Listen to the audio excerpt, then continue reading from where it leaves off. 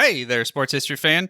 This is Arnie Chapman, aka the Football History Dude, and before we get into this episode brought to you by the Sports History Network, I wanted to tell you about another book giveaway that we have on the website.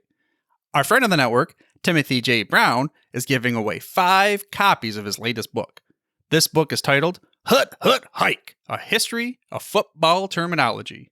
This book explores the history of football terminology by examining when and why more than 400 familiar words and expressions entered the game. By linking the game's evolution to changes in its language, readers learn the origins of first string, basic fundamentals, X's and O's, long snapper, and hundreds more of terms used in every football conversation or broadcast. Organized in easy-to-read, bite-sized chunks and filled with period images and illustrations, Hut Hut Hike tells football's history one word at a time. Now, to sign up for a chance to win your copy of the book, head to sportshistorynetwork.com/giveaways. Again, that's sportshistorynetwork.com/giveaways.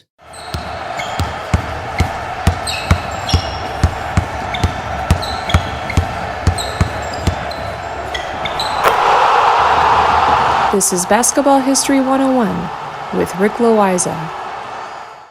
Welcome back to award-winning Basketball History 101, part of the Sports History Network. I am your host, Rick Loayza, and this is the podcast where we bring to life some of the forgotten stories from basketball history. We are bringing old-school basketball to a new-school audience, and today we bring you the story of the founding of an NBA team.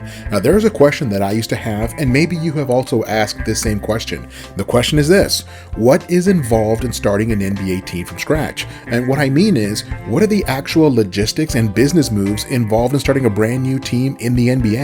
So put yourself into the shoes of a brand new NBA owner. You have just received approval to start a new team. You are excited. You want to celebrate. But the real important question is, what now? That is the problem that needs to be solved, and solved quickly. For this episode, I decided to use the story of the founding of the Chicago Bulls. A lot of what happens in this story is specific to the city of Chicago and the Bulls as a team. However, what the Bulls did is practically what every other team has to do to get ready to play their first game. You see, in addition to loving this amazing game, I am also equally interested in the business side of the sports industry, especially the business side as it affects what happens on the field or on the court. So, let us get into it. The Bulls began playing its games in the fall of 1966, but the announcement for a brand new team in the city of Chicago was announced a year earlier in 1965, and this is for good reason. It takes around a year or more to get ready to play your first game. I am old enough to have seen the NBA add 7 new teams. When I started watching the NBA, the league only had 23 teams, with the Dallas Mavericks being the youngest of them all. I have seen the addition of the Charlotte Hornets, the Miami Heat, the Minnesota Timberwolves, the Orlando Magic, the Vancouver Grizzlies, the Toronto Raptors, and the Charlotte Bobcats. The Hornets eventually became the New Orleans Pelicans, and then the Bobcats became the new version of the Hornets. I know, it's very confusing. In every one of those cases, a lot of work had to be done before they could play their first games. And the same was true of the Chicago Bulls. The primary owner, way back in the beginning, was a Chicago businessman by the name of Dick Klein. He owned a company that did business marketing and incentives. They would help other companies create incentive programs, like 2 for 1 or buy 3 and get the 4th one free. They would help other companies develop these kinds of marketing programs and advertise them. Their business was to help other companies increase their own business. One of Klein's star employees was a man named Jerry Colangelo, and that name may sound familiar because I did an entire episode on Jerry Colangelo and his impact to the NBA and the United States Olympic team, and that was episode 26 in case you want to go back and check it out. Now, Dick Klein had played basketball at Northwestern University before going into business. Jerry Colangelo had played his basketball at the University of Illinois and was an all Big Ten player. Klein always had a dream of owning an NBA team, and he wanted that team in his hometown of Chicago. Now, at the time, Chicago did not have a team, and it was doubtful that they ever would. You see, this was not the first time that the NBA tried to put a team in Chicago. The first time was back during the very first season of the NBA in 1946, when one of the original teams was the Chicago Stags. They played for the first 4 seasons of the NBA and then went out of business in 1950 due to a lack of finances. The NBA tried again in 1961 when the Chicago Packers joined the NBA. After one season, they changed their name to the Chicago Zephyrs because Chicago people did not like the name Packers because the Packers was the big rival for the Chicago Bears football team. It would be like a brand new baseball team calling itself the Boston Lakers. Fans of Boston would reject that name immediately because of the rivalry between the Celtics and the Lakers. But after just one season as the Chicago Zephyrs, the team relocated to Baltimore and called themselves the Bullets, and they are still around today, and they are known as the Washington Wizards. So, the point is that Chicago had failed twice to support an NBA team. So many thought that Klein was out of his mind to think that a third try would work out any better.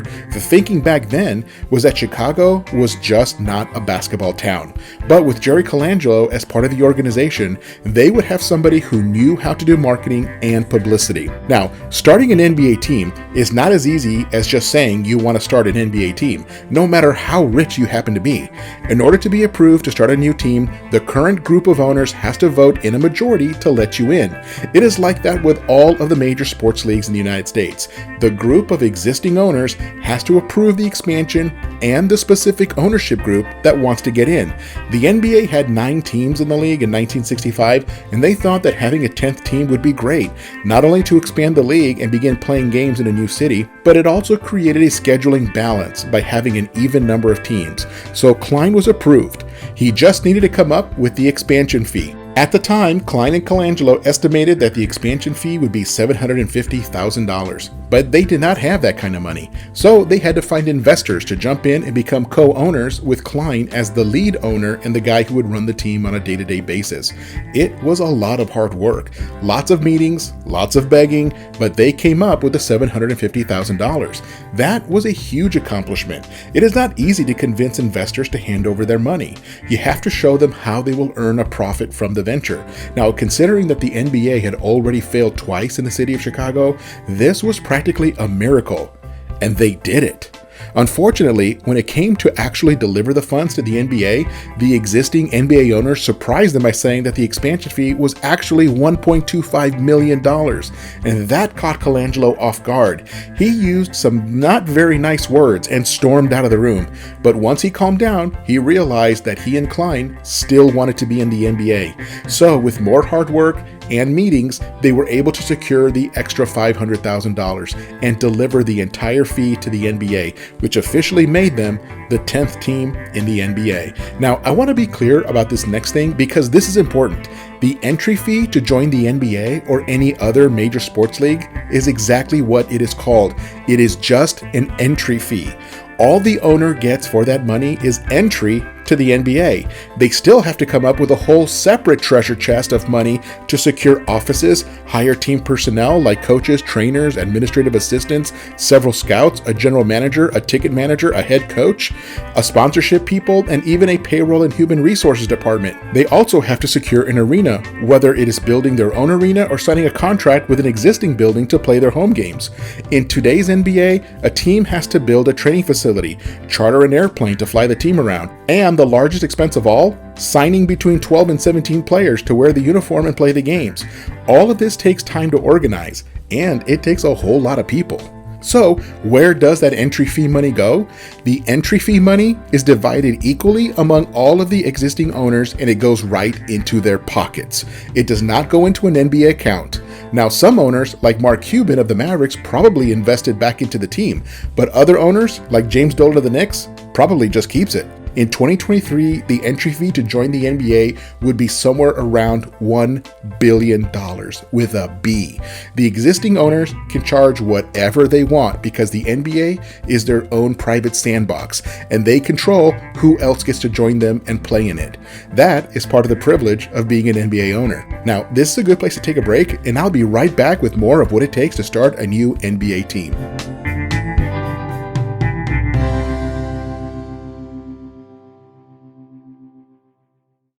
This podcast is part of the Sports History Network, your headquarters for the yesteryear of your favorite sport. You can learn more at sportshistorynetwork.com.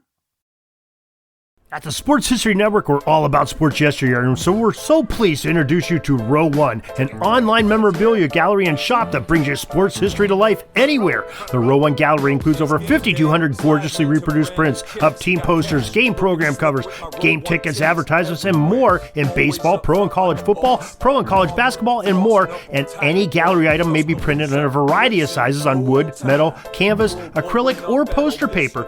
And in Row One shop, check out the thousands more of unique items with the retro and historical designs dating back to 1876, including t-shirts, long sleeve shirts, phone cases, mugs, blankets, pillows, towels, and even shower curtains. Go to sportshistorynetwork.com, ROW1, for access to the full Row One catalog and for gallery prints and gift items, plus get a 15% discount off all prints on the Row One Pictorium Gallery with coupon code SHN15. Follow the link on the show notes.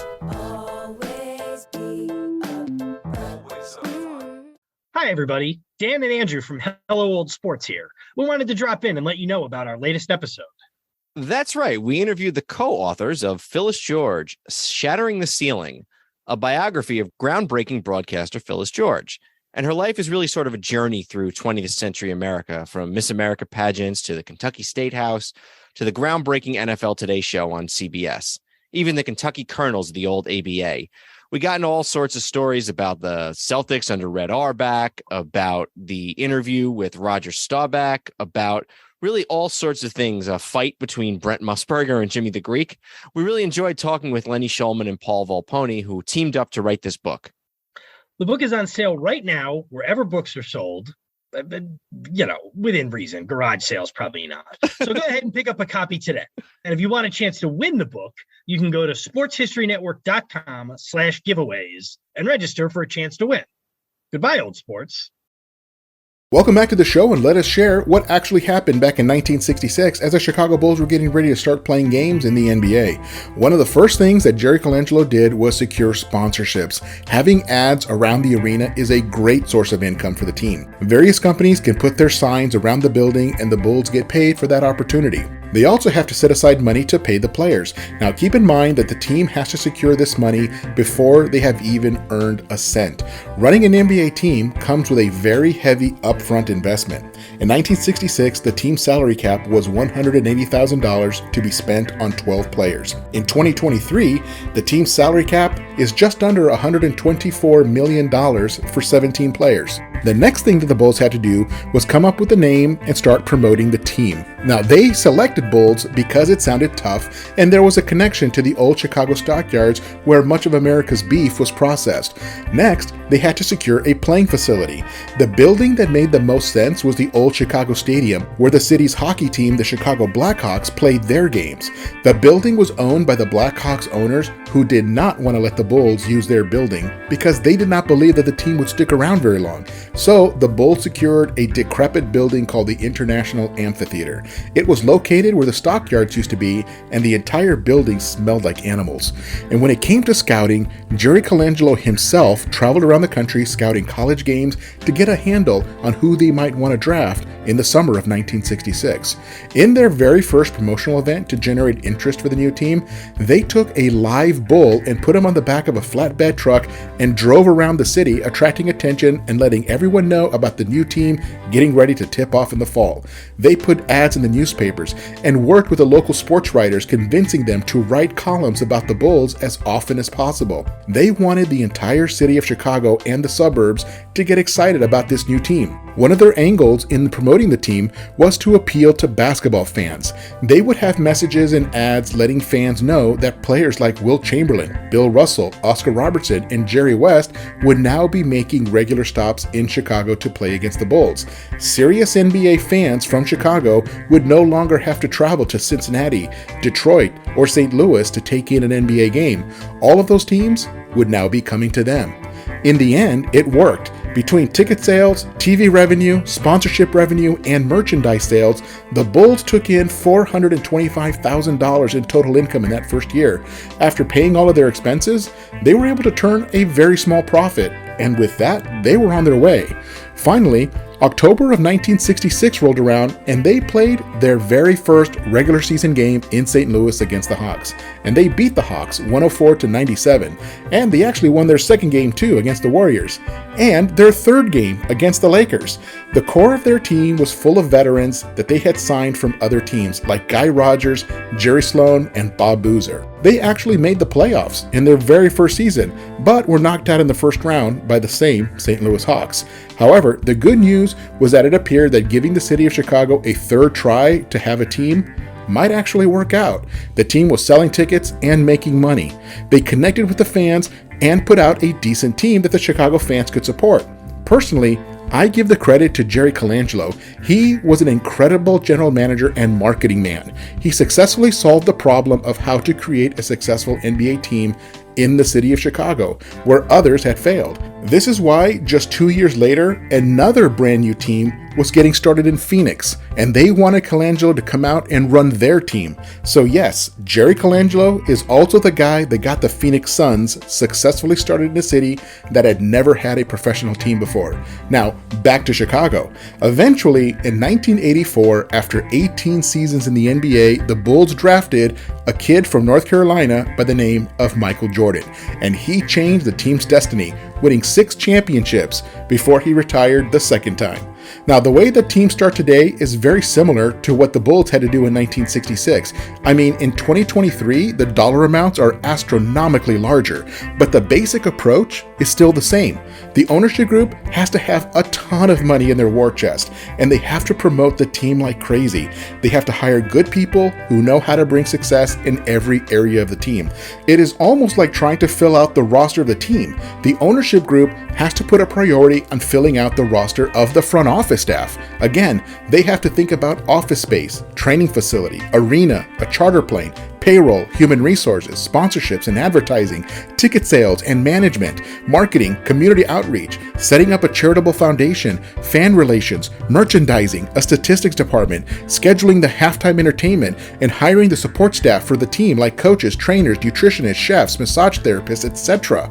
A very long time ago, I had the opportunity to work in an NHL front office as a marketing intern, and after that, got to work for 8 months for the league office. I was able to learn how a team is run and how a league is run. And I can tell you from firsthand experience that it takes a small army of very talented people to make it all work. That is what an NBA owner has to deal with when starting a brand new team. It is not for the faint of heart. And as a fan, I am so glad that this league continues to be successful. This is what goes into founding and running an NBA team. So, thanks for sticking around for this episode. For many fans who turn on their TV, they just see a group of players and coaches competing against another group of players and coaches. And that is the essence of what an NBA team does. But there are also around 100 to 150 people that are part of the front office staff that do a million little things in order to make each game happen. Well, that does it for today. Hopefully you enjoyed hearing about what it takes to create an NBA team from scratch. Join us next time when we share the history of the player coach. Yes, I am talking about guys who were an active NBA player and at the same time served as the team's head coach. That's next time on Basketball History 101, part of the Sports History Network, the headquarters of Sports Yesteryear. Go to sportshistorynetwork.com to find out more about this and other sports history podcasts. If you like what you hear, please hit that subscribe button wherever you get your podcasts. And check out our page on Facebook. It's called Basketball History 101 Podcast. There you will find shorter historical posts as well as comments and discussion starters on today's game. I will also announce there when new episodes come out. I want to thank my producer and editor, Jacob Loayza. Join us each week as we continue to mine the history of basketball for more great stories in the past. Take care and see you soon.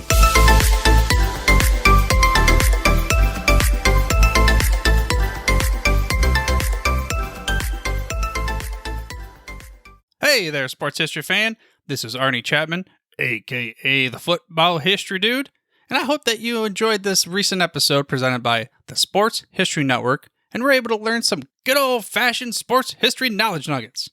I started the Sports History Network back in 2020 with the mission to help podcasters find a community of like-minded sports history nerds, as well as helping aspiring podcasters to start their own shows.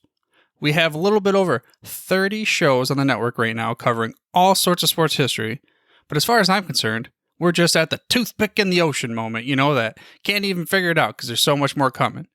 we wanted to create the ultimate headquarters for sports yesteryear, starting with Podcast Network and our website, but we're going to continue to move into other mediums as well. And here's the cool part, because we want you to be part of our team. So if you're interested in starting your own podcast, or maybe being a guest on one of our shows, or who knows, maybe even writing an article for us over on the website. Seriously, all you gotta do is reach out to us on the contact page over at sportshistorynetwork.com. You can be as technologically savvy as a Neanderthal tapping on a stone trying to figure out this whole hieroglyphics thing back in the day. Again, it doesn't matter, because even if you don't understand the whole podcast space, we have a production team that can pretty much help you out with doing everything. All you gotta do, head over to sportshistorynetwork.com, head to the contact page, fill it out. That message goes right to me, and I'll reach out to you as soon as I can. But for now, dude, I'm through if you're through.